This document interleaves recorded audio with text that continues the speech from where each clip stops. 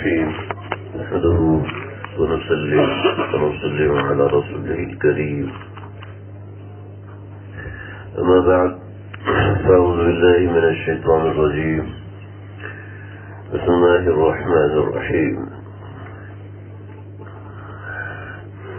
يا أيها النبي إنا أرسلناك شاهدا ومبشرا ونذيرا وداعيا إلى الله بإذنه وسراجا منيرا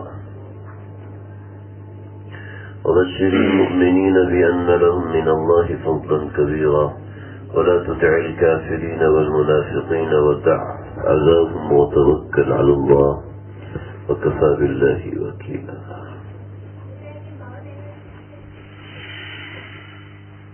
صدق الله العظيم. آپ صلی اللہ علیہ وسلم کی سیرت کو بیان کرنا شروع کیا تھا اور آج اسی سلسلے کا یہ 23واں درس ہے. اللہ سے دعا ہے اللہ اس کو اپنی بارگاہ میں قبول فرمائے. آپ دیکھ رہے ہیں درمیان میں بالکل چھوٹی اور معمولی باتیں آ رہی ہیں. اس کا بنیادی مقصد آپ صلی اللہ علیہ وسلم کا ذکر کرنا ہے. کوئی دلچسپی پیدا کرنا اور خاص طور پر دلچسپ معاملات کو ہی ذکر کرنا مطلوب نہیں ہے. یہ ایک بنیادی بات ہے. اسی وجہ سے آپ دیکھ رہے ہیں کہ آپ صلی اللہ علیہ وسلم کی نبوت کا 7واں برس تقریباً آج تیسرا درس ہے اور آج اس کے ساتھ میں 5ویں برس کی کچھ باتیں بھی شامل کرنے کی کوشش کروں گا. اگر موقع ہوا تو میں 5ویں برس کی ایک بڑی اہم چیز مسلمانوں کی ہجرت حبشہ اس کا انشاءاللہ ذکر کروں گا اگر موقع ہوا تو، ورنہ اس سے پہلے اگلے درس میں 5ویں، 6ویں، 7ویں سال کے آخری واقعات کا ذکر ہوگا. آج کچھ جو واقعات ہیں وہ 5ویں، 6ویں اور 7ویں برس کے واقعات ہیں. ترتیب ہونا ضروری نہیں ہے، جہاں پر ترتیب مل رہی ہے میں کوشش کر کے اس کا ذکر کر رہا ہوں. یہ اللہ رب العزت فرماتے ہیں حدیث قدسی ہے، ان الرحمت تنزل عند ذکر الصالحین، ان الرحمت تنزل عند ذکر الصالحین، کہ جب صالحین کا ذکر کیا جاتا ہے تو اللہ کی رحمت نازل ہوتی ہے. جب صلحاء اور نیک لوگوں کا ذکر کیا جاتا ہے تو اس وقت اللہ کی رحمت کا نزول ہوتا ہے. دیکھیں کمرے میں اے سی چل رہا ہو اور کسی کو ٹھنڈک محسوس نہ ہو تو اس کا کیا مطلب ہوتا ہے؟ اس کا مطلب ہے کہ اس کے مزاج میں کچھ خرابی ہے. ہیٹر چل رہا ہے، سردی کا موسم ہے، ہیٹر چل رہا ہے اور ایک بندے کو گرمی لگ رہی ہے، کہتا ہے جی باہر نکل رہا ہے، تو ایسے شخص کو یا تو پاگل کہیں گے یا کچھ اور کہیں گے. یہ پاگل ہوا ہے، اس کا دماغ الٹ گیا ہے. اس کو سردی کے موسم میں گرمی لگتی ہے، گرمی کے موسم میں سردی لگتی ہے، گرمی کے موسم میں 6 رضائیں ہیں، سردی کے موسم میں کرتا بنیان، تو اس کو کہیں گے کہ یہ پاگل ہے. ایسے ہی اللہ کی رحمت کا نزول ہو رہا ہو اور اگر پتہ نہ چلے تو اس کا مطلب ہے دین کا مزاج کچھ خراب ہے. صالحین کے ذکر کے وقت اللہ کی رحمت نازل ہوتی ہے. صالحین کا ذکر ہو اور اللہ کی رحمت نازل ہو اور صالحین کے سردار، اس کائنات کے تمام انبیاء کے سردار آقا صلی اللہ علیہ وسلم کا ذکر ہو تو کیسی رحمت نازل ہوتی ہے؟ ایسی رحمت نازل ہوتی ہے کہ اللہ مصیبتوں کو ٹال دیتے ہیں، اللہ تکالیف کو دور کر دیتے ہیں، پریشانیوں کو زائل کر دیتے ہیں. اللہ نے خود قرآن کے اندر کئی 100 آیتوں کے اندر اپنے نبی کا ذکر کیا، حتیٰ کہ ایسا ذکر کیا اور دیکھنا تھا کہ بات تو نہیں نکل گئی. ایسا ذکر کیا کہ ایک صورت مکمل ہوئی، اللہ نے بریک نہیں لگائی. والضحى والليل إذا سجى ما ودعك ربك وما قلى وللآخرة خير لك من الأولى ولسوف يعطيك ربك فترضى. آپ کو ترجمہ سمجھ میں نہیں آئے گا لیکن ایک بات سمجھیں، جو کاف لفظ ہے نا، کاف، اس کا ترجمہ ہے تم. ٹھیک ہے، تو اللہ رب العزت مخاطب کر رہے ہیں اپنے نبی کو. والضحى والليل إذا سجى ما ودعك ربك وما قلى. یہ جہاں پر بھی کاف آ رہا ہے وہاں پر اللہ کی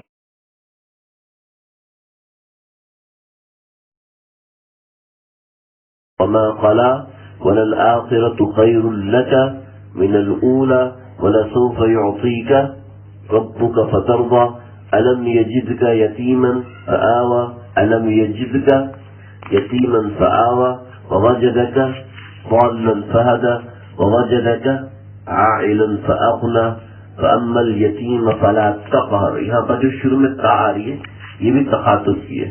شروع میں بھی وہ ضحیٰ کے بعد جو تا آ رہی تھی وہ بھی تخاطب کی تھی. فأما اليتيم فلا تقهر وأما السائل فلا تنهر وأما بنعمة ربك فحدث ألم نشرح لك یہ پشتو والا لگا نہیں ہے.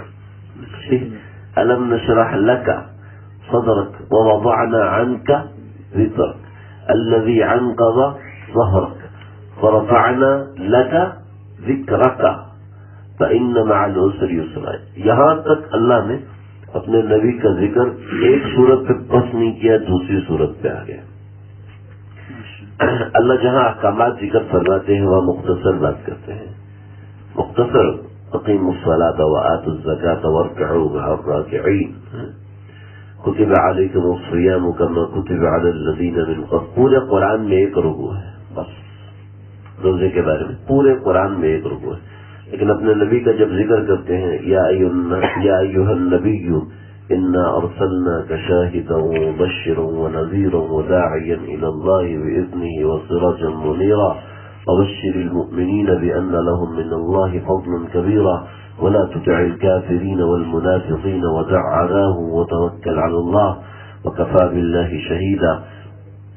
پھر محمد رسول اللہ والذین معه اشداء على الكفار رحماء بینهم تراهم ركعا سجدا يبتغون فضلا من الله ورضوانا سيماهم في وجوههم من اثر السجود كزرع اخرج شطأه فآذره فاستغلظ فاستوى على سوقه يعجب الزرع ليغيظ بهم الكفار.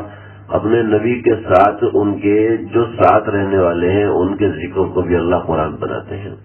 یہ محبت کے اطوار ہیں, محبت کی باتیں ہیں. اللہ نے پوچھا وما تلک بیمینک یا موسیٰ, موسیٰ تیرے دائیں ہاتھ میں کیا چیز ہے؟ تو کہتے نا یہ اللہ یہ لاٹھی ہے کہ نہیں.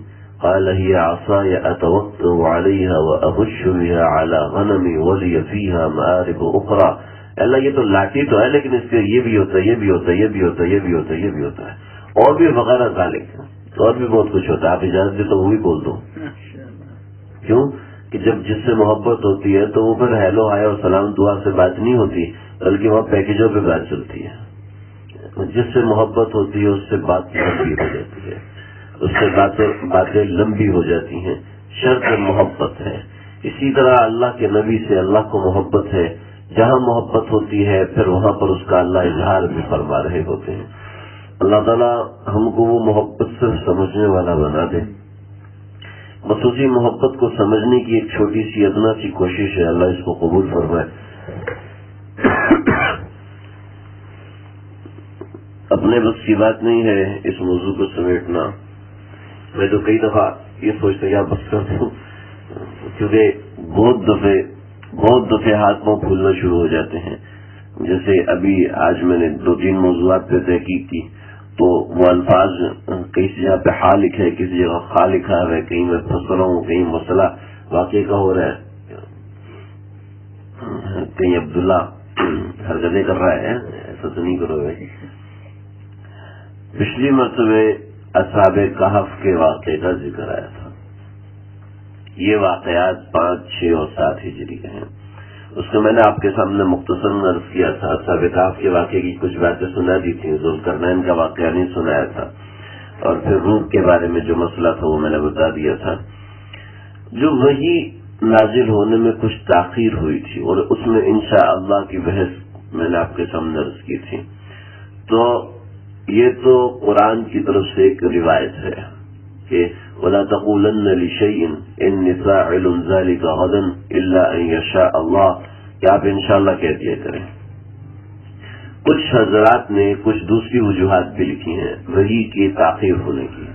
بعض نے کہا 3 دن وحی نازل نہیں, بعض نے کہا 15 دن وحی نازل نہیں ہوئی. غالباً ایک روایت 21 روز کی بھی ہے, غالباً یہاں پر ہے یا کسی اور جگہ پر کسی اور مقام پر ہے. بہرحال یہ روایت ہے.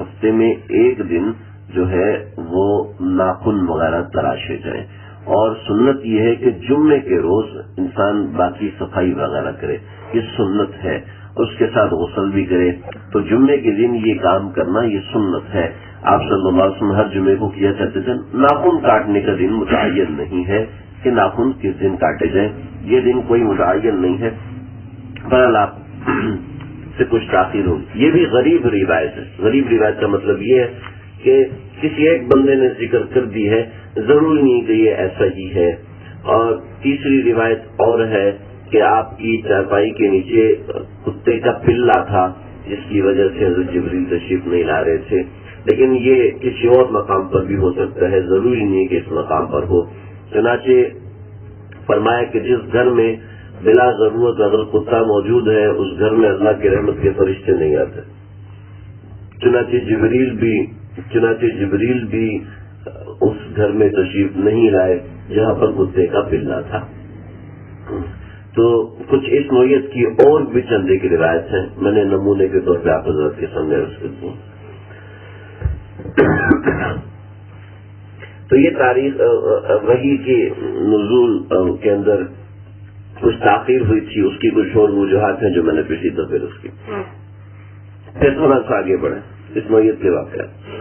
ابو جہل نے جہاں پر آپ صلی اللہ علیہ وسلم کے وہ ظلم کیے، پتھر مارے اور آپ کو رسوا کرنے کی ناکام کوششیں کی، اس کے ساتھ بعض مقامات ابو جہل نے جب بھی آپ کو ایسا کرنے کی کوشش کی تو وہ صرف وہ جگہ تھی جہاں آپ نے دین کا کام کیا، باقی معاملات میں ایسا نہیں ہے کہ آپ کسی سے کم تھے، رتبے کے لحاظ سے، مال و دولت کے لحاظ سے، معاملات کے لحاظ سے، تعلقات کے لحاظ سے، ایسا نہیں ہے جسے ہم خلاصتاً کہتے ہیں اسٹیٹس وائز آپ کی جو شخصیت تھی اور آپ کا جو مزاج تھا وہ ایسا قابل قبول تھا، جو دو تین واقعات میں آپ حضرات کے سامنے عرض کروں گا، اس سے آپ کو سمجھ میں آئے گا۔ زبیدی نام کا ایک شخص آیا قبیلہ بنی سہم سے۔ زبیدی نام کے شخص نے آ کر کیا کیا، اس نے بڑے بہترین 3 اونٹ لے کر آیا، بڑے خوبصورت اور بہترین قسم کے 3 اونٹ تھے۔ وہ آیا اور ابو جہل بازار میں آیا ہوا تھا۔ ابو جہل اور ابو لہب یہ کون لوگ تھے؟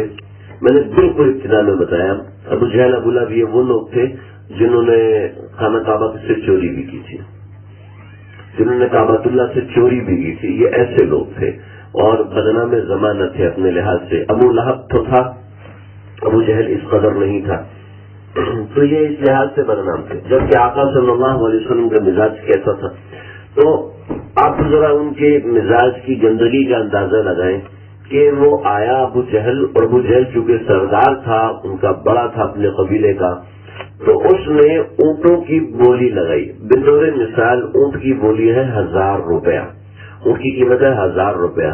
اس نے بولی لگائی اس سے 4 حصے کم، یعنی 250 روپیہ۔ مثال کے طور پر مثال بتا رہا ہوں، بولی لگائی 250 اور 5 بڑھ کے میں نے بولی لگائی، کوئی اس سے اوپر لگائے۔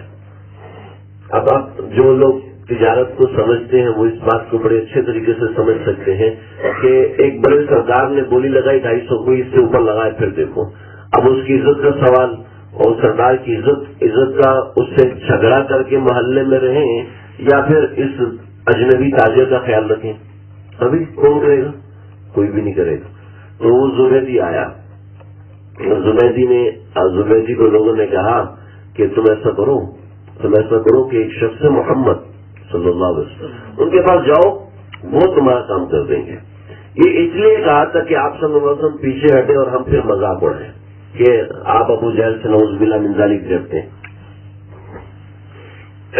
تو زبیدی آیا آپ صلی اللہ علیہ وسلم کے پاس، آپ صلی اللہ علیہ وسلم فوراً اٹھے، بازار میں پہنچے، بازار میں پوچھ کر کہا کہ ابھی اونٹ کتنے کے ہیں؟ میں مثال کے اندر بتا رہا ہوں۔ اس نے کہا جی 1000 کے۔ آپ نے فرمایا نہیں، میں اس کے 950 دوں گا۔ آپ نے اسے بھاؤ تاؤ کیا، بھاؤ تاؤ کر کے اونٹوں کو خریدا، اونٹوں کو اسی جگہ پر خریدا، اور 2 اونٹ بڑے بہترین داموں، اس سے کئی گنا اچھے داموں پر وہیں پر بیچے، اور پھر عبد المطلب کی کچھ بیوائیں تھیں اور کچھ علاقے کی بیوائیں تھیں، ان کو سارا مال صدقہ بھیجا اور ایک اونٹ لے کر کے یا بیچ دیا. ایک اونٹ کے بارے میں روایتیں خاموش ہیں. تو ایک اونٹ کے بارے میں یہ ہے. باقی 2 اونٹ ابو جہل کے سامنے بیچے. ابو جہل اپنی جگہ پر بیٹھا ہوا دیکھ کر نکل گیا. اب اس کی بےعزتی ہو رہی ہے, سارے اس کے اوپر بھنڈی کر رہے ہوئے, تیرے بولی سے کتنا اوپر بولی لگائے, پھر اس سے ڈبل قیمت پر بیچ بھی دی تیری آنکھوں کے سامنے. اور وہ اسی جگہ پر جم کے بیٹھا ہوا ہے, ہل بھی نہیں رہا. تو پھر آپ صلی اللہ علیہ وسلم کے پاس آئے, ابو جہل کے پاس آئے, کہتے ہیں ایاک یا عمر ان تعود لمثل ما صنعت بهذا الرجل, تو نے اس آدمی کے ساتھ جو کیا ہے نا, آج کے بعد ایسا کیا تو تیرے ساتھ وہ کروں گا جو تجھے پسند نہیں ہے, تیرے ساتھ وہ کروں گا جس کو تو برا سمجھتا ہے. واللہ لا اعود یا محمد, واللہ لا اعود یا محمد, ہاتھ جوڑے کہ لگا اللہ کی قسم میں دوبارہ ایسا نہیں کروں گا یا محمد, میں دوبارہ ایسا نہیں. اس کا منہ رنگ فک اور یوں کہہ کر وہ بیٹھا رہا. پھر آپ صلی اللہ علیہ وسلم چلے گئے. تو ابو جہل وہیں پر, میں کہتا تو نہیں ہوں لیکن آپ خود سمجھنے پیشاب نکل گیا ہوگا اس کا. کیا آپ دیکھیں, ایک ہوتی ہے کرامت, کرامت میں ہمیں بندہ اڑتا ہوا نظر آتا ہے. ایک مثال ہے, ایک مثال آج تک آپ لوگوں نے دیکھا نہیں ہوگا, سنا ہی ہوگا کہ لوگ کرامتوں میں اڑتے ہیں, پانی پر چلتے ہیں, لیکن کرامت ہے بطور مثال. لیکن جب کوئی شخص معجزہ دیکھ رہا ہے, چاند کے 2 ٹکڑے ہو کے ایک ادھر جا رہے ہیں ادھر جا رہے ہیں, گھوم کے آ رہے ہیں, تو آپ خود سوچیں وہ معجزات کیسے حقیقی ہوں گے, کیسے حقیقی نظر سے اللہ دکھاتے ہوں گے. ویسے ابو جہل بیٹھا ہوا, جب وہ چلے گئے تو لوگوں نے ہلایا جلایا ابو جہل کو. کیا ہوا؟ تم کیا سمجھ رہے ہو کہ میں ایسے ہی اس سے ڈر گیا ہوں؟ ویسے ہی ڈرا. اس کے ساتھ ایک لوگوں کا پورا لشکر تھا, اور وہ لشکر اپنے ساتھ نیزے, چمکتے ہوئے انیوں والے نیزے اور چمکتی ہوئی دھاروں والی تلواریں لے کر کھڑے ہوئے تھے. اگر میں ذرا بھی چوں چرا کرتا, آگے پیچھے ہوتا, تو یقیناً کوئی نہ کوئی مجھے آگے بڑھ کے قتل کر دیتا. لہذا میں نے خاموشی میں عافیت سمجھی. یہ ایک واقعہ ہے. دوسرا, کسی آدمی کا انتقال ہو گیا, اس کا بچہ یتیم تھا. ابو جہل وہاں پہنچا, اس کے یتیم بچے کو اپنی پرورش میں لیا. پرورش میں لے کے اس کے سارے پیسے قبضہ کر کے, سارا مال و دولت غبن کر کے اس کو نکال دیا. جاؤ نکل دو. جو خانہ کعبہ سے چوری کر سکتے ہیں تو ظاہر بات ہے ان کے لیے کسی کا مال غبن کرنا کوئی معمولی بات ہے. سمجھتے تھے یہ اللہ کا گھر ہے. دیکھتے تھے اس کے اوپر ایک سانپ بیٹھا ہوا ہے. ایک کئی برسوں تک دیکھتے رہے کہ اس کے اوپر سانپ بیٹھا ہوا ہے. میں نے قصہ پہلے بڑی تفصیل سے سنایا تھا. 500 برس تک ایک سانپ نے اس خزانے کی نگرانی کی ہے. پھر اس سانپ کو ایک پرندہ اٹھا کے لے کے گیا. اس کی میں نے ساری بحث آپ کے سامنے کی تھی. پھر ان کو اشارہ مل گیا اور پھر خانہ کعبہ کی دوبارہ تعمیر ہوئی. ایک بڑی اچھی تعمیر ہوئی جس میں حجر اسود کو نصب کیا گیا. پوری تصویر میں نے آپ کو بنا کے دکھائی تھی. غالباً درس نمبر 10 یا 12 ہے. تو ان کو سب نشانیاں ملی, لیکن اس کے باوجود بہت چوری کی. تو ہم کو سمجھے کہ ان کے مزاج کیسا ہوگا. چنانچہ وہ یتیم بچہ آپ صلی اللہ علیہ وسلم کے پاس آیا. آپ صلی اللہ علیہ وسلم اس یتیم بچے کی انگلی پکڑی اور ابو جہل کے دروازے پر لے کر گئے. ابو جہل کے دروازے پر لے جا کر آپ صلی اللہ علیہ وسلم نے دروازہ بجایا. اس نے دروازہ کھولا. آپ نے کہا فوراً اس یتیم بچے کی کفالت کرو, فوراً اس یتیم بچے کا مال سارا کا سارا میرے حوالے کرو. چنانچہ اس نے بلا چوچنا سارا مال آپ صلی اللہ علیہ وسلم کے حوالے کیا. سارا مال حوالے کر کیا. آپ صلی اللہ علیہ وسلم نے اس کے جو کفیل, اصلی کفیل تھے, جو ابو جہل کی وجہ سے بول نہیں سکتے تھے, ان کے حوالے کیا. لوگوں نے کہا تم پھر اپنے بھتیجے سے ڈر, پھر آپ محمد صلی اللہ علیہ وسلم سے ڈر گئے. یہ ایک غلط بات مشہور ہے. ابو جہل, آپ صلی اللہ علیہ وسلم ابو جہل کے بھتیجے نہیں تھے, ابو لہب کے بھتیجے تھے. ابو جہل کے بھتیجے نہیں تھے. ابو جہل تو عمر بن حشام تھا. آپ صلی اللہ علیہ وسلم محمد بن عبداللہ بن عبد المطلب تھے. وہ حشام کا بیٹا تھا. آپ تو عبد المطلب کے پوتے تھے, حشام کے پوتے نہیں تھے. وہ قبیلہ ہی الگ تھا, یہ قبیلہ الگ تھا. چنانچہ اس نے کہا کہ بھائی یہ کیا ہوا. پھر اس نے اسی طرح کی بات ایک بتائی, مجھے بھی یاد نہیں ہے کیا بات بتائی. پھر اسی طریقے سے قبیلہ خشعم کی ایک شاخ تھی اراشا. قبیلہ بنی خشعم کی شاخ تھی اراشا. اس کا ایک آدمی تھا، اس نے آپ صلی اللہ علیہ وسلم، اس نے ابو جہل کو اونٹ بیچے. ابو جہل نے اونٹ خریدے اور کہا پیسے نہیں دیتے، جاؤ جس سے نکلوا سکتے نکلواؤ. وہ آیا کعبۃ اللہ میں، کعبۃ اللہ میں لوگ بیٹھے ہوئے تھے، تو سب سے کہا کہ ابو جہل نے میرے اونٹ ضبط کر لیے ہیں، میرے اونٹ ضبط کر لیے ہیں، تم اسے نکلوا کے دو. اور سب لوگوں سے آج باری باری فریاد کی. اتنی دیر میں آپ صلی اللہ علیہ وسلم تشریف لائے. جب آپ تشریف لائے تو پھر ویسا ہی واقعہ ہوا جس سے میں نے آپ کو پہلے سنایا ہے. تو بالکل ایسا واقعہ ہی دوبارہ ہوا. بات لمبی ہو جائے گی اس لیے مختصر کروں. پھر آپ صلی اللہ علیہ وسلم کو ستانے والے بہت سے لوگ طرح طرح سے آپ کو ستاتے تھے. یہ آپ صلی اللہ علیہ وسلم کو ستانے کے حوالے سے تقریباً آخری درس ہوگا. اس کے بعد حضرت عمر کے اسلام کا قصہ ہے، اس کے بعد کوئی آپ کو ستا نہیں سکا.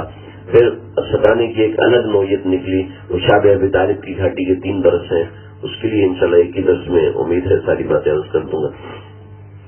عقبہ بن ابی معیط یہ آپ کو بڑا خطرناک دشمن تھا، بہت ایسا دشمن تھا. آپ صلی اللہ علیہ وسلم کو دعوت پہ بلایا، شرفاء عرب میں تو شمار ہوتا تھا. آپ کو جب دعوت پہ بلایا آپ گئے اور آپ دعوت ضرور قبول فرمایا کرتے تھے. ایک بات یہ بھی ہے، کوئی مسلمان کسی دوسرے مسلمان کو دعوت دے تو دوسرے مسلمان کے لیے سنت ہے کہ اس کی دعوت کو قبول کرے. یہ نہیں ہے کہ جناب میں نے تو یہ اور وہ، میں تو آپ کے گھر کی دعوت نہیں لے سکتا. یہ صحیح نہیں ہے. مسلمان کی یہ سنت ہے کہ دوسرے مسلمان کی دعوت کو قبول کرے. چنانچہ آپ کفار کی دعوتوں کو قبول کرتے تھے. آپ کا انتقال کیوں ہوا؟ آپ نے ایک یہودی عورت کی دعوت کو قبول کیا تھا. اس یہودی عورت نے کھانے میں زہر ملا دیا تھا. تو اس زہر کی وجہ سے آپ صلی اللہ علیہ وسلم نے عائشہ رضی اللہ تعالیٰ سے فرمایا، عائشہ میں ابھی تک اس زہر کا اثر اپنے جسم میں محسوس کرتا ہوں جو زہر اس یہودی عورت نے کھلایا تھا. تو عقبہ بن ابی معیط آپ کا بڑا خطرناک دشمن تھا. ایسا دشمن تھا کہ آپ کے سر پہ اوجری ڈالنے والا یہ تھا، اس میں نفرت کا اظہار کرنے والا. آپ صلی اللہ علیہ وسلم جب اس کے گھر دعوت پہ گئے تو کھانا پیش کیا تو میں عقبہ میں کھانا نہیں کھاؤں گا. یہ اللہ کے نبی کا درد تھا. کوئی اس سے اشکال نہ کرے کہ اللہ کے نبی کسی کو مسلط کیسے کر سکتے ہیں. آپ کا درد تھا. عقبہ میں اس وقت تک کھانا نہیں کھاؤں گا جب تک تم کلمہ نہیں پڑھو گے. درد کی نسبت تو دیکھیے، میں اس وقت تک کھانا نہیں کھاؤں گا جب تک تم کلمہ نہیں. عقبہ نے کہا ٹھیک ہے میں فون کر لو، تم لا الہ الا اللہ محمد رسول کلمہ پڑھ لیے. تو عتبہ اس کے پیچھے لگ گیا، عقبہ بن ابی معیط کے پیچھے عتبہ لگ گیا. تو میں نے تو اسلام سے اپنے دین سے پھر گیا، تو صحابی ہو گیا. کہا نہیں، میں نے تو اس کو دکھانے کے لیے کلمہ پڑھا تھا، میں نے صرف دکھانے کے لیے پڑھا تھا. کاش کہ صرف اس وقت اخلاص سے پڑھ لیتا تو اللہ کے نبی کی نظر ایسی ہوتی کہ کیا کمال ہوتا. ایک واقعہ یاد آ رہا، سنا دیتا ہوں. ہمارے اکابرین اولیاء میں ایک بڑے اللہ والے بزرگ گزرے. ان کے علاقے میں غیر مقلد ہوتا تھا. وہ غیر مقلد جگہ جگہ اعتراضات اور ہر طرح کفر کے فتوے تک لگا دینا، وہ یہ سب کرتا تھا. تو ایک مطلب ہے کسی پگڈنڈی سے گزر رہے تھے، کھیت کے دونوں طرف پانی لگا ہوا تھا. اب وہ آیا اور کہنے لگا اب ان کو سلام کرنا پڑے گا. تو سلام نہیں کرنا چاہتا ہوں میں، تو ان پہ کفر کے فتوے دیتا ہوں، سلام کیسے کروں. چنانچہ خالد بن حضرت گنگوئی تھے یا کون تھے، وہ جب قریب آیا تو اس نے کہا ہاں حضرت میں حج پہ جا رہا ہوں، یہ کہا اور آگے نکلنے لگا. تو انہوں نے اس کے سینے پہ انگلی ماری، دل پہ انگلی ماری، 3 دفعہ پڑھ دی اللہ اللہ اللہ. دل پہ انگلی ماری اور 3 دفعہ کہا اللہ اللہ. کہا کہ اللہ اللہ کرتے جانا، اللہ اللہ کرتے جانا. یہ کہا اور گیا حج پہ گیا. حج سے واپس آیا تو چہرے سے سارے ظلمت دور ہو چکی تھی. چلا حضرت آپ نے جو سینے پہ انگلی ماری تھی نا، اس سے دل کی کیفیت تبدیل ہو گئی اور ایسی کیفیت ہوگی کہ سارے غلط عقیدوں سے توبہ کر کے آیا ہوں. آپ اب مجھے اللہ اللہ کہنا سکھا دیجیے.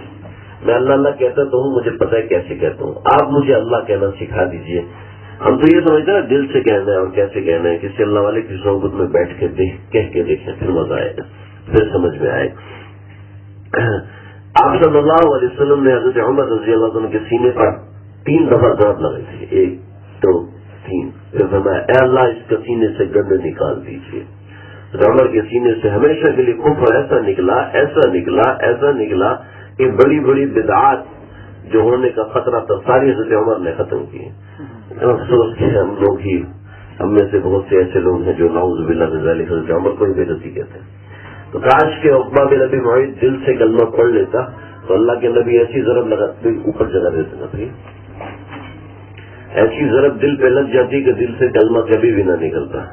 چنانچہ وہ کہنے لگا، عقبہ نے کہا عقبہ بن ابی معیط سے کہ تو نے صرف یہ نہیں کرنا کہ اس کے سامنے جا کے کلمے کی ترغیب کرنی ہے، بلکہ نہ صرف ترغیب کرنی ہے بلکہ میں یہ کلمات کہنے سے بہت بھاگتا ہوں، لیکن کیا کروں، بتانا پڑتا ہے ہمارے نبی نے دین کے لیے کیا قربانیاں دی.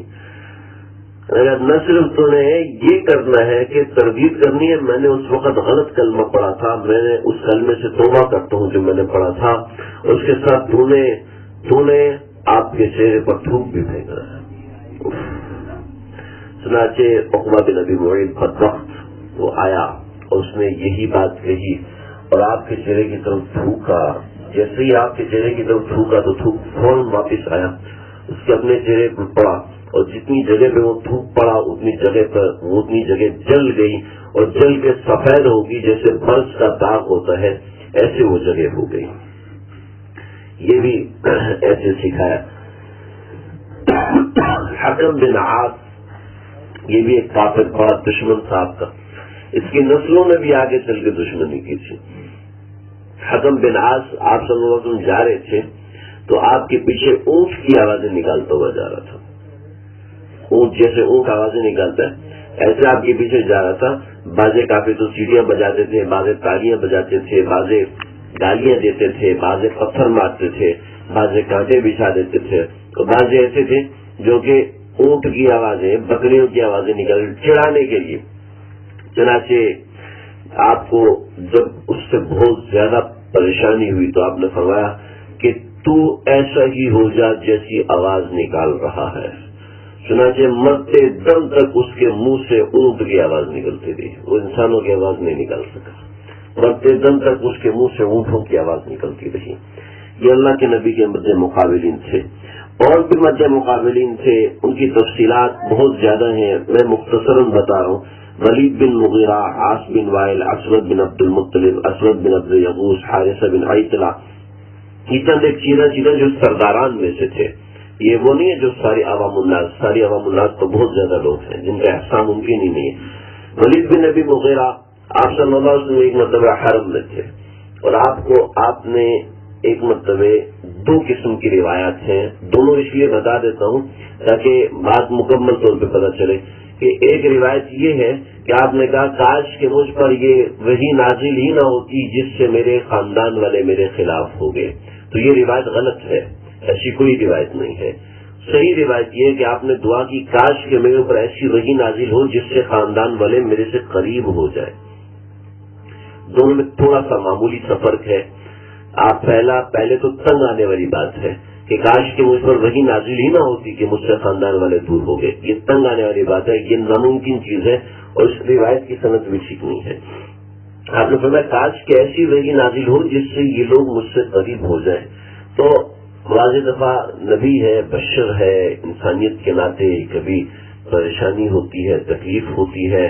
چنانچہ جب آپ کی بیٹیوں کو طلاقیں دیں اور میں نے قصہ سنایا تھا اور تو آپ صلی اللہ علیہ وسلم نے کہا اللہم صلی علیہم کلبا من کلابک، اللہ اس کے اوپر اپنے کتوں میں سے کتا مسلط کیجیے.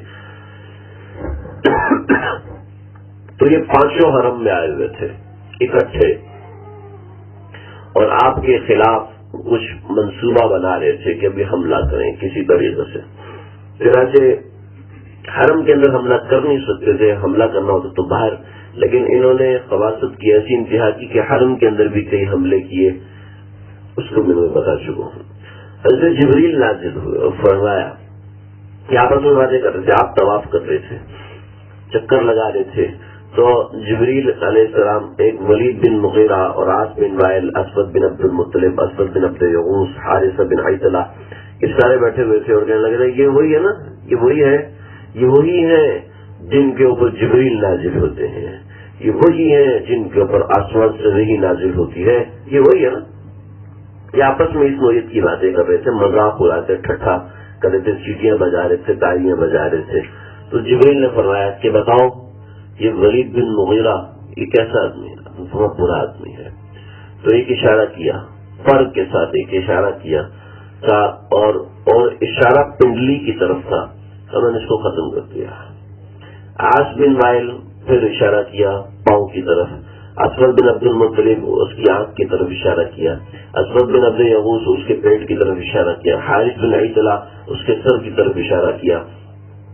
جیسے جبریل علیہ السلام یہ اشارہ کرتے گئے تو آپ نے فرمایا تو یہاں سے مرے گا، تو یہاں سے مرے گا، تو یہاں سے مرے گا. کوئی اس طرح کی بد دعا دی. تو وہ لوگ سمجھ گئے اور گھبرا گئے، اور وہ بھی یہ مانتے تھے کہ اللہ کے نبی زبان سے جو بات نکال دیں، یہ شخص زبان سے جو بات نکال دیتا ہے کبھی غلط ہو نہیں سکتی، کبھی غلط ہونا ممکن نہیں ہے. بے شمار واقعات میں بتا چکا ہوں. چنانچہ ولید بن مغیرہ وہاں سے نکلا، یہیں سے نکلا حرم سے، اور ایک آدمی تیر بنا رہا تھا، اور اس کو اسی نے آرڈر کیا تھا تیر بناؤ، زہریلے تیر، وہ تیر بناؤ جن کے پھل کے اوپر زہر لگایا ہو.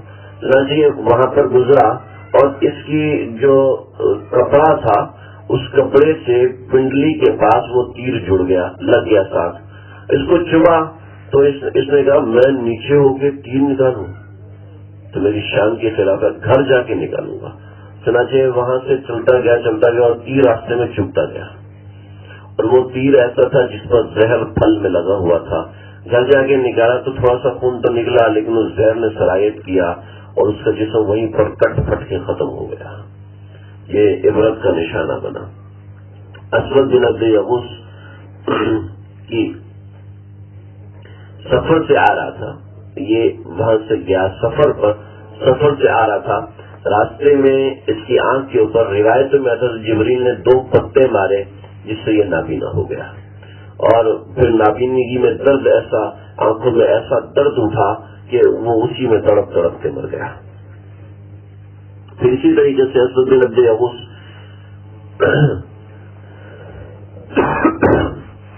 ایک دفعہ گھر سے نکلا تو ایسی ہوا چلی کہ اس کے ہوا صرف ہوا لگنے سے اس کا چہرہ ایسا کالا ہو گیا کہ گھر والوں نے پہچانا ہی نہیں کہ نکل جاؤ، تو اسود بن عبد یغوث تھوڑی، ایسا نہیں، میں وہی ہوں، گھر نکل جاؤ یہاں سے. گھر سے نکالا تو اس کو پیاس لگی، اس نے پانی پینا شروع کیا. اتنا پانی پیا، اتنا پانی پیا، اتنا پانی پیا کہ پیٹ پھٹ گیا. اس پھٹنے کی وجہ سے یہ مرا ہے. یہ کیسی کرب اور اذیت کی موت تھی، کیسے کرب کی موت تھی. حارث بن عیطلہ کے سر کی طرف اشارہ کیا تھا، چنانچہ اس نے خود اپنا سر ایک درخت کی جڑ میں مار کے اپنے آپ کو مار دیا. بعض روایتوں میں جبریل نے مارا تھا علیہ الصلوۃ والسلام. پھر ابو جہل تو چونکہ پکا دشمن ہے، بدر میں مارا گیا ہے، اس کے واقعات تو آگے تک چلیں گے. ابو جہل نے کسی آیت کے اندر سنا، کسی روایت میں سنا، کسی بات کے اندر پتا چلا کہ جہنم کے 19 فرشتے ہیں جو کہ جہنم کو قابو کرنے والے، 19 فرشتے جو کہ جہنم کو قابو کرنے والے ہیں. تو ان کا ایک پہلوان تھا. ابو جہل نے اس کو کہا کہ 17 تو یہ قابو کر لے گا، باقی 2 کو ہم مل کے قابو کر لیں گے اور جہنم کو ہم بجھا دیں گے. اور یہ جو کہتے ہیں نا لآکلون من شجر من زقوم فمالئون منها البطون، تو زقوم کا مطلب تمہیں پتہ ہے کیا مطلب ہے؟ زقوم ایک بہترین قسم کا درخت ہے جس کے اوپر مکھن بھی اگتا ہے اور کھجور بھی اگتی ہے. تو یہ اس طرح مذاق اڑاتا تھا. 19 فرشتے ہیں جہنم کو، کوئی بس 17 تو یہ قابو کر لے گا، 2 کو ہم کافی ہیں، تو 19 کو قابو کر کے ہم بکا دیں گے، جہنم کو ہم بجھا دیں گے. جس جہنم سے ہمیں یہ ڈرا ہے، اور اس کے اندر جو شجر زقوم کا بتایا، زقوم تو بڑا مزے کا پھل ہے، ہم کھائیں گے، پھر مزہ آئے گا. اس طرح کر کے وہ مذاق اڑاتے تھے. تو آپ صلی اللہ علیہ وسلم نے اس کی تردید کی. پہلے اس پہلوان کا قصہ سن لیں. اس پہلوان نے کیا کیا؟ اس پہلوان نے گائے کی کھال لی. گائے کی کھال اونٹ کی کھال کی نسبت زیادہ اچھی ہوتی ہے، بہت زیادہ، 3 گنا زیادہ اچھی ہوتی. تو گائے کی کھال لی اور یہ میں نے جمع کر کے نہیں کہہ رہا، یہ میں آپ کو پڑھ کے بتا رہا ہوں، ٹھیک ہے؟ میں نے آج تک کبھی کھال جمع نہیں کی، اللہ کا شکر ہے بھائی۔ تو گائے کی کھال پہ کھڑا ہو جاتا تھا، اور یہ اس لیے بتا رہا ہوں کہ عرب کے اندر گائے جو ہے وہ بہت کم نایاب ہوتی تھی، تو کھال کے اعتبار سے یہ بڑی بہترین چیز ہے، گوشت کے اعتبار سے اونٹ کی نسبت کئی گنا بہترین چیز ہے، دودھ کے اندر اونٹ کی نسبت کئی گنا بہترین چیز ہے گائے۔ تو یہ گائے کی کھال پہ کھڑا ہوتا تھا اور لوگ گائے کی کھال کو کھینچتے تھے، 10 لوگ 20 لوگ، وہ گائے کی کھال پھٹ جاتی تھی لیکن یہ اپنی جگہ سے ہلتا نہیں تھا، اتنا طاقتور پہلوان تھا۔ تو جب اس نے کہا 17 کو میں اکیلا سنبھال لوں گا، تو ابو جہل کہنے لگا اس اکیلے کو سنبھال کے دکھاؤ۔ آپ صلی اللہ علیہ وسلم کی طرف اشارہ کیا، اعوذ باللہ من ذالک، کہنے لگا کہ آپ مجھ سے مقابلہ کریں گے؟ آپ نے کہا جی ضرور کروں گا۔ وہ تو صبح سے ڈنڈ بیٹھک لگا کے بیٹھا ہوا تھا، آپ تشریف لائے، وہ دوڑا، آپ صلی اللہ علیہ وسلم نے مکہ مارا یا پھر اس کو اٹھا کے زمین پہ پٹک دیا۔ اس 2 قسم کی باتیں سامنے آتی، مکہ مارا وہ بے ہوش ہو گیا، یا پھر آپ نے اس کو اٹھایا اور زمین پہ پٹک دیا۔ یہ روایت کچھ زیادہ معتبر ہے کہ آپ نے اس کو اٹھایا اور زمین پہ پٹک دیا۔ اس نے کہا یہ مجھے کیسے پٹک دیا ہے؟ پھر دوبارہ مقابلہ کرو، دوبارہ مقابلے میں پھر آپ نے زمین پہ پٹک دیا، پھر تیسری بار مقابلہ کرو، تیسری بار اٹھایا زمین پٹک دیا۔ جیسے وہ اس کے تاتاری تھے، تاتاریوں کا جو ایک پوتا تھا، ہلاکو خان کا پوتا، وہ جب سلطنت میں آیا تو جلال الدین تبریز کا جو نواسا تھا یا کوئی ان کا رشتہ دار تھا، مولانا عبد الکبیر، وہ وہاں پر اعلان کرنے کے لیے آئے کہ میں آپ کو وہاں پر اذان دی اور پکڑ کے لے گئے، کلمے کی دعوت دی، اس نے اسلام قبول کر لیا، بڑا تفصیلی واقعہ ہے۔ تو اس کے 3 جرنیل تھے، 2 نے اسلام قبول کر لیا، تو تیسرا جرنیل تھا کہتا نا میں نے تو ساری زندگی تلوار کی دلیل مانی ہے، یا تو یہ میرے سے مقابلہ کرے یا میں اسلام قبول نہیں کروں گا۔ میں کہا ٹھیک ہے تو کر لو مقابلہ۔ مولانا عبد الکبیر نے اللہ سے دعا کی ہوئی، اللہ مروانے تو مروا دے، یہ آپ کی مرضی۔ تو وہ آپ کو پتا سپاہی سالار 6-6 7-7 فٹ کے، اور یہ آدھی روٹی کے اندر 3 دن گزارنے والے، تو ان کا کیا حال ہوگا؟ چنانچہ انہوں نے کہ وہ قریب ہے نا اسے اللہ اکبر کہہ کے مکہ مارا، وہ 3 کلماتیاں کھا کے نیچے گرا، نیچے گر کے بے ہوش ہو گیا۔ ہوش میں آیا کہ نہیں یہ اپنی طاقت سے نہیں لڑا، اس نے کچھ اور کیا ہے، لہٰذا یہ جو کہتے ہیں مجھے وہ قبول ہے، اسلام قبول کر لیا۔ لیکن یہ ایسا تھا کہ اس نے پھر بھی 3 بار کشتی ہارنے کے باوجود اسلام قبول نہیں کیا۔ پھر آپ نے فرمایا کہ تو تم سے میں اکیلا قابو نہیں ہو رہا، آؤ تمہیں بتاؤں جہنم کے فرشتے کیسے ہوں۔ جہنم کے فرشتے ایسے ہوں گے کہ ان کی آنکھوں سے بجلیاں نکل رہی ہوں گی۔ آج کل کوئی ایسا معاملہ بہت کم رہا ہے۔ معتصم باللہ یہ عباسی دور کا ایک بڑا خلیفہ تھا، مقتدر باللہ کے بعد آیا تھا۔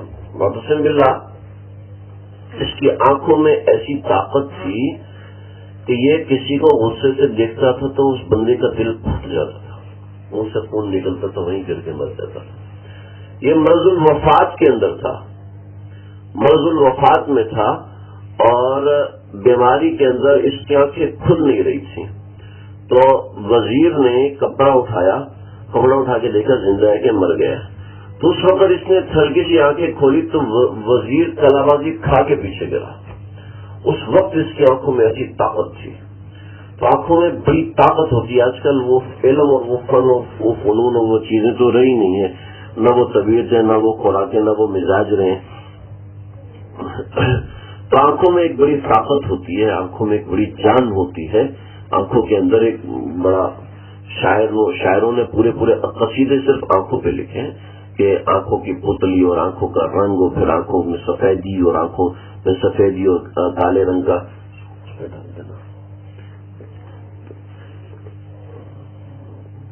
بٹھا دینا، آنکھوں کو جیل بنا دیا، کبھی کٹر بنا دیا کبھی کچھ بنا دیا، کبھی آنکھوں کو وہ مالٹا بنا دیا، کبھی کدو، کبھی ٹماٹر، کبھی کریلے بنا دیے، تو ان کی آنکھوں سے بجلیاں نکل رہی ہوں گی، اور ان کے دونوں کندھوں کے درمیان اتنا فاصلہ ہوگا جتنا مشرق اور مغرب کے درمیان فاصلہ ہے، اور داروغہ جہنم جو مالک ہے،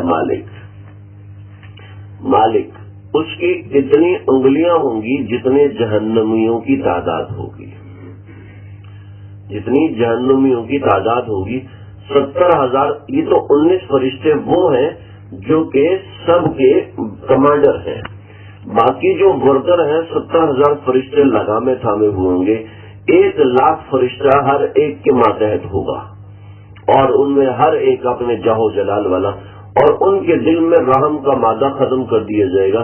کچھ فرشتے ایسے ہوں گے جو اندھے ہوں گے، کچھ فرشتے ایسے ہوں گے جو بہرے ہوں گے، کچھ ایسے ہوں گے جو گونگے ہوں گے، یعنی وہ عذاب دیتے رہیں گے، ان کو خود نہیں پتا ہوگا اس کو پھونک کیا رہا ہے، ان کو خود اندازہ نہیں ہوگا کہ اس کو کیا ہو رہا ہے، نہ ان کو پتا ہوگا، نہ ان کے دل میں رحم کا مادہ ہوگا۔ روایتوں میں آتا ہے کہ مالک داروغہ جہنم جو ہے وہ 19 میں سے ایک ہے، اس کی ایک انگلی ہر ایک جہنمی کے اوپر ہوگی۔ اللہ تعالیٰ ہم سب کی حفاظت فرمائے۔ اور جو تم زقوم کی بات کرتے ہو، ابن عباس رضی اللہ عنہ کی روایت ہے، لو ان قطرة من زقوم قطرت في بحار الدنيا لأفسدت على الأرض معايشهم فكيف بمن تكون طعامه۔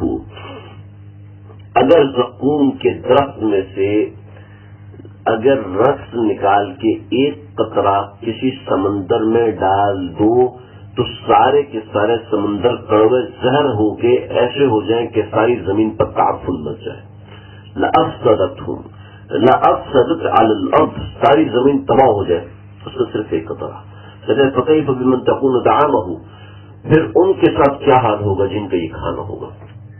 ہمارے استاد فرماتے ہیں، ایک دفعہ میں جنگل میں گیا، جنگل سے گزر رہا تھا تو میرا منہ کڑوا زہر ہو گیا، سب کڑوا زہر ہو گیا، میں کھا رہا ہوں چینی اور گڑ کھا رہا ہوں، شہد پی رہا ہوں، میرا منہ کڑوا زہر، کسی طریقے سے مجھے آفاق نہیں، اور اتنا کڑواہٹ مجھے الٹی آنا شروع ہو گئی، یہ کیوں کڑوا ہے؟ تو میرے استاد نے فرمایا تو کہاں سے ہوگا؟ صحیح وہ وہاں سے آ رہا ہوں، تو اپنا پاؤں دکھاؤ۔ پاؤں دکھائے تو ایڑی پر ایلوے کا ایک پتا چپکا ہوا تھا، ایڑی پر ایلوے کا ایک پتا چپکا ہوا تھا، جس کی وجہ سے کڑواہٹ اتنی تھی کہ الٹیاں آنا شروع ہو گئی۔ تو زقوم کی کڑواہٹ کیا ہوگی؟ ایلوے کے ایک پتے نے یہ حشر کر دیا، زقوم کیسا کڑوا ہوگا؟ اس سے ایک بدت کی چیز بھی بتائی۔ آپ صلی اللہ علیہ وسلم نے فرمایا بسم اللہ الرحمن الرحیم میں 19 حروف ہیں، اور ہر حرف ایک فرشتے سے جہنم کے ایک داروغے سے نجات دلواتے ہیں۔ 19 حروف ہیں، لہذا ہر کام کے شروع میں بسم اللہ الرحمن الرحیم پڑھ لیا کرو، ہر کام کی ابتدا میں بسم اللہ الرحمن الرحیم پڑھ لیا کرو۔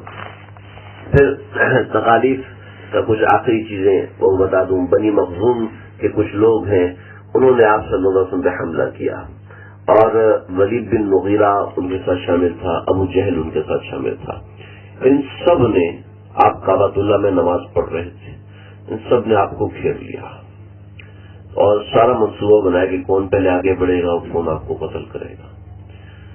جب وہ گھیرا ہے تو آپ تلاوت کر رہے تھے، نماز پڑھ رہے تھے، اور آپ اونچی نماز پڑھا کرتے تھے ہم تو تلاوت کر رہے تھے۔ تلاوت کرتے ہوئے آواز ان لوگوں کو آ رہی تھی، اور آقا صلی اللہ علیہ وسلم غائب۔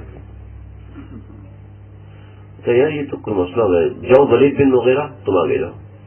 ولید بن مغیرہ آگے گیا، اور ولید بن مغیرہ نے آگے جا کے ہر طرف جانچا، تلوار پھیری، دن کا اجالا، سب کچھ نظر آ رہا ہے، نظر نہیں آ رہا۔ پھر سب کو بلایا، آواز آ رہی ہے، وہ نظر نہیں آ رہا۔ تو انہوں نے کہا بھی یہ چیز ہمارے قابو کی نہیں ہے۔ آپ نے نماز پڑھی، نماز مکمل کر کے سلام پھیر کے چلے گئے، آپ کی جوتوں کی آواز آ رہی تھی، آپ صلی اللہ علیہ وسلم نظر نہیں آ رہے تھے۔ جس ڈائریکشن سے آواز آتی، یہ وہاں پڑھتے تو آواز دوسری طرف سے آنا شروع ہو جاتی، پھر وہاں پڑھتے تو تیسری طرف سے آواز آنے لگ پڑتی۔ تو یہ پھر آپ صلی اللہ علیہ وسلم گھر پہنچے تو پھر یہ آیت سنائی وجعلنا من بین ایدیہم سدا، پھر یہ آیت نازل ہوئی وجعلنا من بین ایدیہم سدا ومن خلفہم سدا فاغشیناہم فہم لا یبصرون، ہم ان کے دائیں، ان کے بائیں، ان کے آگے، ان کے پیچھے ہر طرف ہم نے دیوار بنا دی کہ فہم لا یبصرون، کہ وہ دیکھ نہیں سکتے، ان کو نظر ہی نہیں آیا۔ نظر بن حارث نے ایک مرتبہ، یہ بھی آپ کے دشمنوں میں سے ایک تھا، اس نے ایک مرتبہ آپ صلی اللہ علیہ وسلم کو کسی وادی میں اکیلے دیکھا، آج سے بہترین موقع نہیں مل سکتا، آپ تو تلوار اٹھاتے نہیں تھے، مقابلے میں آتے نہیں تھے، تو سمجھا کہ ان کو کچھ آتا بھی نہیں ہے، چنانچہ میں تو تلوار کا شہسوار ہوں، تلوار چلانے میں ماہر ہوں، چنانچہ وہ آگے بڑھا اور اس نے تلوار نکالی اور حملے کے لیے آگے آیا، جیسے آگے آیا تو فوراً پیچھے بھاگا۔ جو اس کے ساتھ تھا اس نے کہا بھی تم کیوں پیچھے بھاگے ہو، کیا ہو گیا، مسئلہ کیا ہوا؟ کہنے لگا کہ سانپ اور بچھو اتنی تعداد میں آ رہے تھے، اگر میں آگے بڑھتا تو یقیناً ان کی زد میں آ جاتا، لہٰذا میں نے واپس آنے میں عافیت سمجھی۔ پھر آپ صلی اللہ علیہ وسلم نے ایک آیت پڑھ کے سنائی جس سے سارے کفار مکہ غصے میں بھرپور، انکم وما تعبدون من دون اللہ حسب جہنم وانتم لہا واردون۔ یہ آیت کفار کو بڑی کڑوی لگی۔ انکم وما تعبدون، تم لوگ اور جن کی تم عبادت کرتے ہو اللہ کے علاوہ، حسب جہنم، یہ سب جہنم کا ایندھن ہے اور تم بھی وہیں پر بھیجے جاؤ گے، تم نے بھی وہیں پر جانا ہے۔ تو اس پر ان کو بڑا غصہ آیا، اچھا وہ جہنم کے فرشتوں کو سیدھا کر لیں گے، ان کا بھی جواب ہو گیا، اور وہ اکیلا 17 کو قابو کر لے گا، اس کا جو عملی جواب بھی ہو گیا۔ اب جہنم میں جانے کے علاوہ اب محمد صلی اللہ علیہ وسلم جھوٹ تو بولتے نہیں ہیں، نہ بول سکتے ہیں، تو اب یہ کیا کریں گے؟ تو ایک شخص آیا بڑا پڑھا لکھا، اس نے کہا میں سوال کرتا ہوں، لوگ عیسیٰ کی پرستش کرتے ہیں، لوگ موسیٰ کی پرستش کرتے ہیں، لوگ سورج کی پرستش کرتے ہیں، لوگ ستاروں کی پرستش کرتے ہیں، اور تم کعبۃ اللہ کی پرستش کرتے ہیں، لہذا یہ سارے لوگ جہنم میں جائیں گے، اور کعبۃ اللہ بھی جہنم میں جائے گا، حضرت عیسیٰ بھی جہنم میں جائیں گے، حضرت موسیٰ بھی جہنم میں جائیں گے۔ اس نے سوال کیا، کفار نے چھلانگیں لگانا شروع کر دی، ناچنا شروع کر دیا کعبۃ اللہ کے اندر کہ ہاں اب پکڑے گیا، اب ثابت ہو جائے گا کہ ان کا بھی آج پہلا جھوٹ ثابت ہوگا، پھر آہستہ آہستہ دوسرے جھوٹ بھی ثابت ہوں گے۔ کیسی مضبوط بات کی ہے۔ تو آپ صلی اللہ علیہ وسلم نے فرمایا بھئی یہ مطلب نہیں ہے، مطلب یہ ہے کہ وہ جو اپنی عبادت کروائیں، وہ اپنی عبادت کروائیں اور پھر دوسرے لوگ ان کی عبادت کریں، تو ایسوں کے لیے وما تعبدون انکم وما تعبدون، لیکن وہ اگر برگزیدہ ہے اور انہوں نے اپنی عبادت کا کہا نہیں ہے، اس کا بھی اللہ نے قرآن میں ذکر کیا، تو وہ تھوڑی جہنم میں جائیں گے، اور جو خود بخود ان کی پرستش کر رہے ہیں، خود بخود ان کی عبادت کر رہے ہیں، تو وہ تو جہنم میں جائیں گے۔ تو لہذا تمہارا جہنم میں جانا یقینی ہے، آگے ان کا جہنم میں جانا وہ ان کے عمل کے اوپر موقوف ہے، تمہارے عمل کے اوپر موقوف نہیں ہے۔ مجھے ایک بات یاد آ رہی ہے، مولانا فخر الاسلام صاحب کا قاسمی سبھاج میں میرے ساتھ تھے، تو مجھے اللہ معاف کرے، مجھے پتہ نہیں تھا کہ وہ ہمارے گروپ میں ہیں، تو مجھے کسی نے بتایا شیخ الحدیث مولانا فخر الاسلام صاحب تقریباً 22 برس سے مسلسل حج پہ آتے ہیں، وہ بہت بڑے اللہ والے تھے، 80-90 برس ان کی عمر، بڑے بزرگ ہیں، اور کئی بار آقا صلی اللہ علیہ وسلم کی زیارت ہوئی، 70 بار یا 85 بار، بہت بڑے اللہ والے۔ حتیٰ کہ ان کے مرید نے، جب ہم مدینہ جا رہے تھے تو مرید نے بتایا کہ حضرت کہ مجھے خواب میں آپ صلی اللہ علیہ وسلم کی زیارت ہوئی، آپ نے فرمایا کہ میں فخر الاسلام کے استقبال کے لیے مدینہ سے باہر کھڑا ہوں، انتظار کروں۔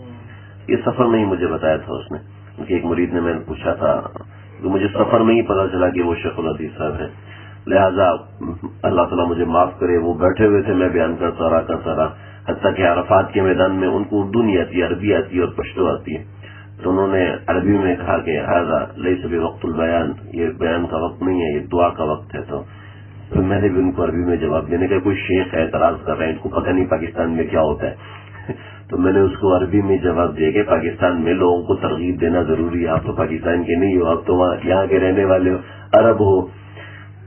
وہ یہ میدان عرفات کی بات ہے. تو یہ جعلی مبارک کے سامنے جب ان کا پتہ چل گیا تو جعلی مبارک کے سامنے انہوں نے نا جعلی مبارک کے سامنے ہاتھ اٹھائے. اب عرب لوگ جعلی مبارک کے سامنے ہاتھ نہیں اٹھانے دیتے، بڑے سخت ہیں. ان کو پتہ ہے پاکستان سے بہت سے لوگ آتے ہیں، وہ آپ صلی اللہ علیہ وسلم سے مانگتے ہیں. تو جو قبلہ قبلے کی طرف رخ کرو. اس کو کچھ بھی نہیں کرنا، ایک دفعہ 2 دفعہ 3 دفعہ، ابھی تو ہٹ ہی نہیں رہے، لگے ہوئے. تو عرب نے ہاتھ پکڑے نا یوں جھٹکے. تو جو انه افضل من القبلہ، یہ قبلے سے افضل ہے. آپ بنیے شیخ، آپ بنیے آگے جاؤ، بولے جاؤ تو ہم نہیں روک سکتے. آپ کو نہیں روک سکتے، آپ مانگتے جاؤ، مانگتے جاؤ. تو مجھے ایسے یاد آ گیا وہ عبادت ان کی جنہوں نے خود کہا ہے کہ ہماری عبادت کرو، تو وہ جہنم کا ایندھن ہوگی. جیسے فرعون ہے، وہ کہتے ہیں میری عبادت کرو. فرعون کہتے تھے میری عبادت کرو، انا ربکم الاعلی، میں ہی تمہارا پروردگار ہوں، میں ہی تمہارا رب ہوں. تو ایسوں کا آپ صلی اللہ علیہ وسلم نے وضاحت کی. جن کا یہ والا منہ بھی بند ہو گیا، یہ والا اعتراض بھی ختم ہو گیا. یہاں تک ان مصائب کا ذکر تھا جن کا سامنا آپ صلی اللہ علیہ وسلم کو ہوا. پھر اس سے آگے دوسری نوعیت کے مصائب ہیں. اس کے بعد ہجرت کا ذکر ہے، وہ 5 ہجری میں ہوئی تھی، اور پھر 7 ہجری کا تقریباً شاید آخری واقعہ حضرت عمر کے اسلام کا کافی تفصیلی ہے. تو چلا انداز کروں گا. اللہ تعالیٰ اس درس کو قبول فرمائے. آپ حضرات اتنی وقت نکال کے اتنی دور سے تشریف لائے، اللہ آپ کے آنے کو قبول فرمائے، ہمارے جمع ہونے کو بیٹھنے کو قبول فرمائے، اپنے نبی کے اس مبارک ذکر کو قبول فرمائے گا. الحمد لله رب العالمين والصلاة والسلام على أشرف الأنبياء والمرسلين. اللهم ربنا تقبل منا إنك أنت السميع العليم وتب علينا إنك أنت التواب الرحيم. اغفر علينا صبرا وثبت أقدامنا وانصرنا على القوم الكافرين. اے اللہ اس میں بیٹھنے کو قبول فرمائیے. اے اللہ اپنے نبی کے اس ذکر خاص کو قبول فرما لیجیے. اے اللہ یہ خالص آپ کے نبی کی یاد میں، آپ کے نبی کی محبت میں، آپ کے نبی کے تعلق کو بڑھانے کے لیے، ایک دل میں ان کی زندگی کی آشنائی کو حاصل کرنے کے لیے بڑی بڑی بڑی بڑی حقیق سی کوشش ہے. اے اللہ اس کو اپنی بارگاہ میں قبول فرمائیے. اس کی برکت سے ہماری زندگی سے آفات و بلیات کو دور فرما دیجیے، ہماری زندگی کی تکالیف کو دور فرما دیجیے، ہماری زندگی کی پریشانیوں کو دور فرما دیجیے. اے اللہ جو لوگ بھی کسی بھی پریشانی میں مبتلا ہیں، اے اللہ ان سب کی پریشانی کو دور فرما دیجیے. اے اللہ سب کی پریشانی کو حل فرما دیجیے. اے اللہ غم کو خوشی سے تبدیل فرما دیجیے، پریشانی کو راحت سے تبدیل فرما دیجیے. اے اللہ تنگی کو آسائش اور فراخی کے ساتھ تبدیل فرما دیجیے. اے مالک آپ ہمیں پیدا کرنے والے ہیں، آپ ہمیں پالنے والے ہیں، آپ ہمیں بڑھانے والے ہیں، آپ ہمارے رزق کا انتظام کرنے والے ہیں، آپ ہماری صحت کا انتظام کرنے والے ہیں. اے اللہ اس میں سے مشکلات کو اس مبارک ذکر خیر کی برکت سے نکال دیجیے. اے اللہ ہمارے بیٹھنے کو قبول فرما دیجیے، جمع ہونے کو قبول فرما دیجیے. جنہوں نے دعاؤں کا کہا جو کہنا چاہتے تھے نہیں کہہ سکے، جو امید وابستہ رکھتے ہیں ذکر خیر کی برکت سے ان سب کی مشکلات کو دور فرما دیجیے، سب کی پریشانیوں کو دور فرما دیجیے. نعمان بھائی کے بیٹے عبداللہ کو صحت کاملہ حاجرہ مصور عطا فرمائیے، اور خالد بھائی کی تمام مشکلات کو حل فرما دیجیے، تمام پریشانیوں کو راحتوں میں تبدیل فرما دیجیے. جو بھی جس بھی نوعیت کی چھوٹی بڑی پریشانی ہے اللہ سب کو راحتوں سے تبدیل فرما دیجیے. اللہ جو لوگ بھی بیمار ہیں سب کو صحت عطا فرمائیے. والد محترم کو اللہ صحت کلی عطا فرمائیے. تکالیف کا نام و نشان مٹا دیجیے، درد کا نام و نشان مٹا دیجیے. جملہ مریضوں کو صحت کلی عطا فرمائیے. ربنا تقبل منا انك انت السميع العليم وتب علينا انك انت التواب الرحيم. وصلى الله تعالى على خير خلقه محمد وآله وصحبه أجمعين. والحمد لله.